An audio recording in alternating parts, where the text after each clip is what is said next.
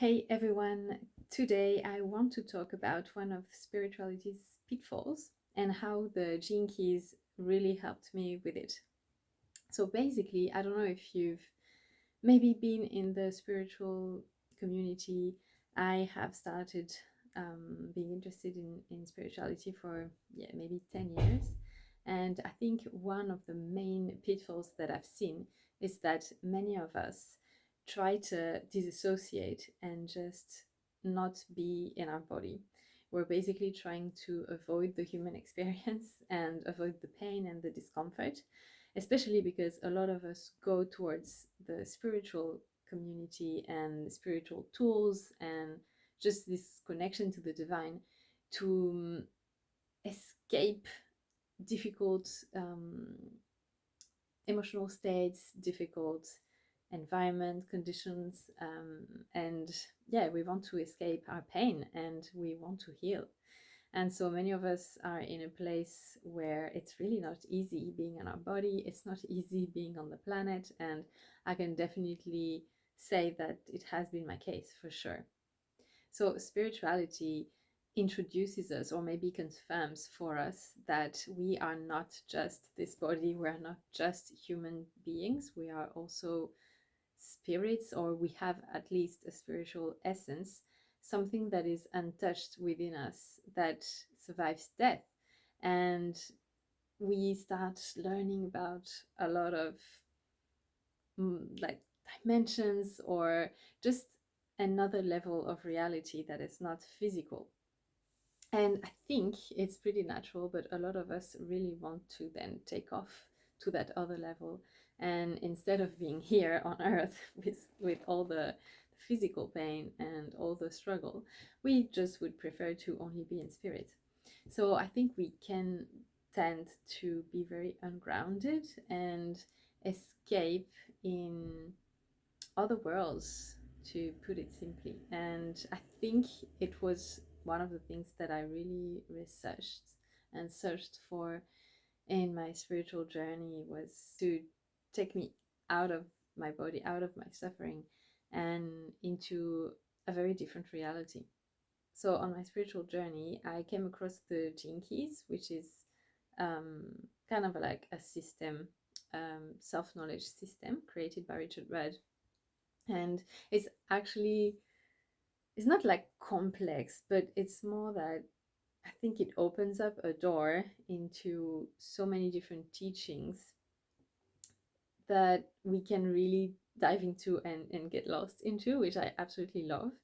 And the thing about that is that they are all based in the art of contemplation and sort of a specific technique to approach everything in life. It's not really about the knowledge and learning a new system, it's more about integrating an approach to life that will help us to move through anything in life, but really as being human. So I find this system really grounded, and I find that it's one of those that really brings us back into being human and being fully human, and just embracing our challenges and revealing our gifts, and and and then having a glimpse at our highest essence as well. So it's like all of that, but at the same time, and all within one another. So there is no like, oh, this is the lower ego and I need to reject it and I can only be in spirit. It really brings a balance between all those aspects of us and invites us to just be fully human and imperfect as we are, and embrace this journey completely. So that is one thing I really love, and I think it's really helped me to make peace with the fact that in life there are challenges, and it's it's just part of the journey. I think one aspect as well was that before that I was really wanting to just save the world and feeling like, oh, change has to happen tomorrow, like, or in 10 years or something. And I think the Jinkies teachings, maybe amongst others, really helped me to see the bigger picture and maybe in a lot longer term. So it's really helped me to make peace with the fact that I am in a chapter of a book, and maybe I'm like in the middle. I don't know. It's I'm saying in the middle, but like somewhere in the middle, and I'm just not at the end. And there's nothing that I could do that would take me at the end of the book, because the chapter I'm in is one specific chapter that's kind of far away from the end yet, or still. So there's no rush. Like there's really no rush, and obviously that doesn't need to be taken as if there's nothing to contribute or there's nothing to do to help, but it's more as a general, it won't be perfect in 10 years, for sure it won't. And the timing of things is a lot larger than I was thinking before or feeling before, and I think I was just hoping to be living in a world free of suffering. um, and yeah, I've just come to make peace with the fact that it's not happening now, and it what I can feel in my heart, I know it will happen, but it's probably in a long, long time, and and that's how things are, and I'm a lot more okay with it. Another aspect of the spiritual path that I've experienced and that the Gene Keys have helped me with is that, so one of my Gene Keys is the Gene Key 8, which is about the shadow of mediocrity, the gifts of style, and the city of exquisiteness. So every Gene Key has three archetypes: shadow, a gift, and a city.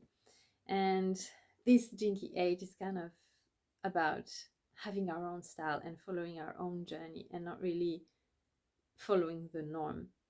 And yet, there is a big pitfall in there as well, a little tricky thing that sometimes we start, when we open up to spirituality and all that new environment, we start following a new path. And it's kind of an alternative path to maybe like mainstream society. But then we can end up following sort of a new normative path if we have to dress a certain way to appear spiritual, or talk a certain way, or only be with some people, or don't watch the news, or whatever. Like, you know what I mean? Like, if there are specific rules of I need to be like that to be on this path, then it's not our real authentic path. It's just a new dogmatic path disguised as alternative and rebellious. But it's not really. And in this eighth jinki, the real rebellious path is the one that we carve by ourselves. And maybe it will take us down the alternative route, but maybe it would also ask us to come back to the norm, or like to the more classic path. And then we can make it our own. We don't have to do it with certain rules or the way everyone does it.